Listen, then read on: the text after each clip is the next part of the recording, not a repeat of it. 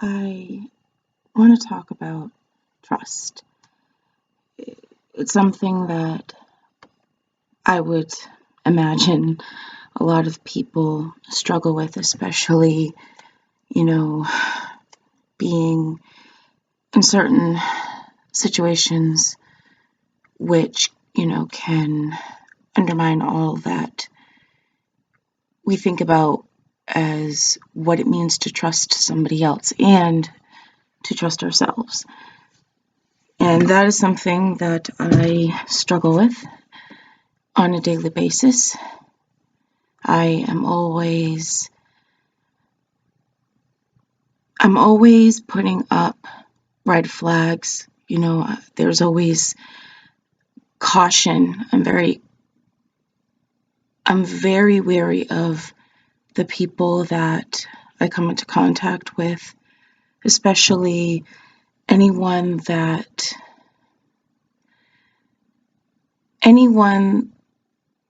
might start to try to get deeper with me. Things that you tell people when you get, closer into a relationship, like friendship, for instance. I'll go with friendship because it's hard to put yourself out there and be vulnerable because in the past, many people, including myself, you put yourself out there and then all you get back is this negative slap in the face, pretty much, for whatever situation that started you down the path of not trusting people, not trusting what they say, not believing that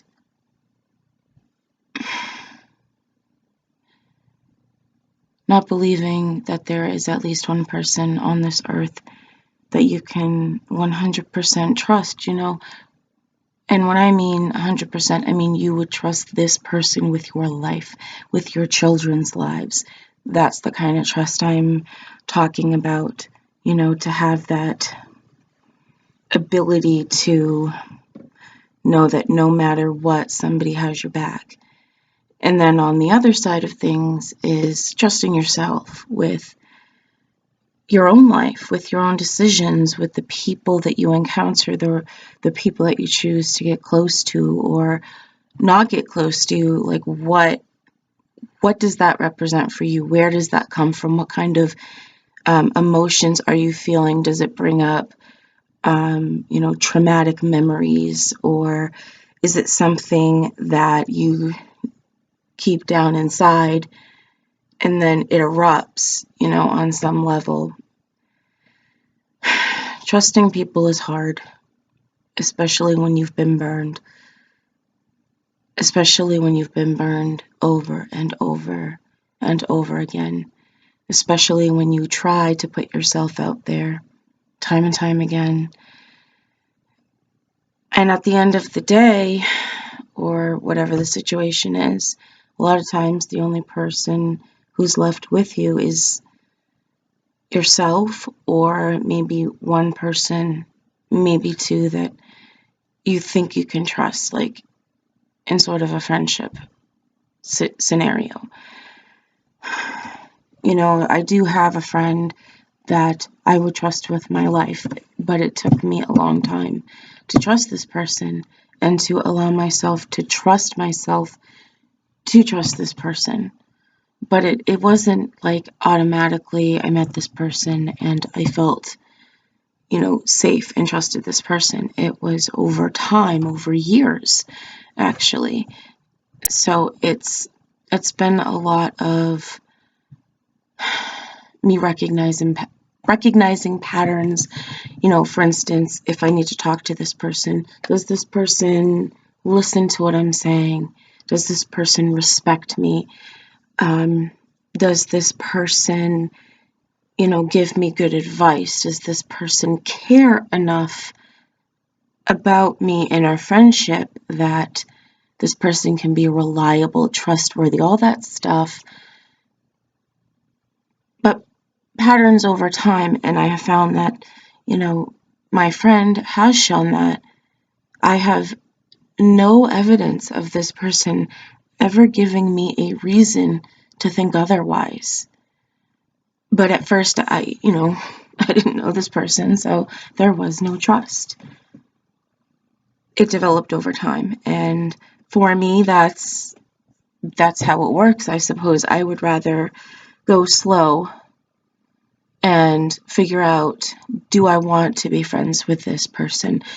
Do I want to trust this person with, conversations that are only between me and this person, that are personal? Can this person trust me back? It's not just black and white. Can you trust somebody or do you not trust somebody? It's, you may have been burned. You may have learned to trust as a little child and then gone through experiences which totally skewed your view of trust as a whole. And then you get older and you realize, I have these trust issues. How do I figure this out so I can live my life without constantly being paranoid that I can't trust people?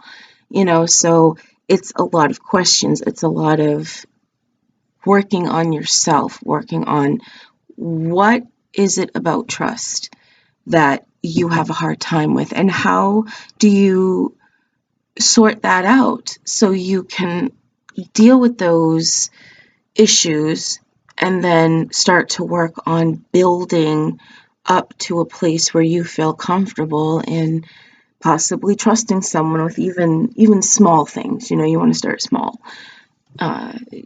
Huge trust. I mean, that kind of stuff. I personally, I think it's something that you would have to know that person would absolutely be there in certain situations. Like, for instance, like I said, I trust my friend with my life. And if I didn't feel that way, I wouldn't say it.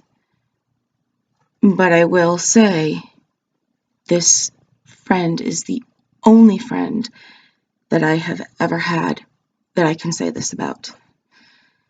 I trust this person this much. So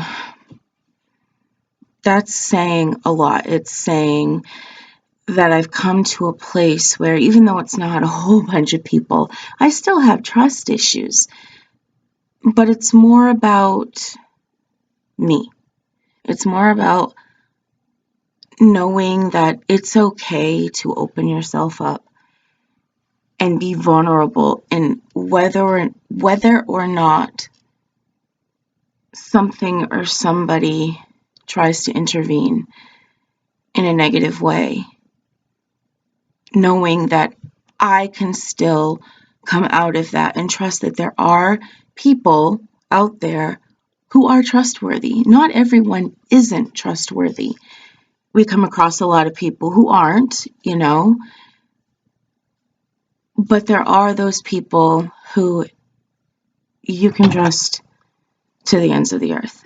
It's just a matter of learning yourself, me learning about myself, participating in therapy directed towards that kind of thing. Anxiety, depression, all that stuff surrounds trust, especially when you have a mental illness or multiple diagnoses or a dual diagnosis.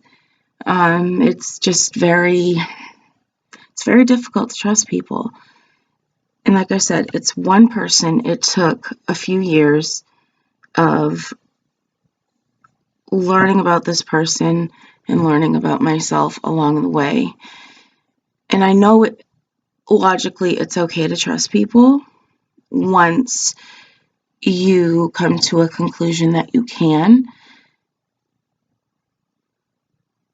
But it's also scary because you are vulnerable. But it's okay to be vulnerable. It's actually, think about how much strength it will take you to show being vulnerable.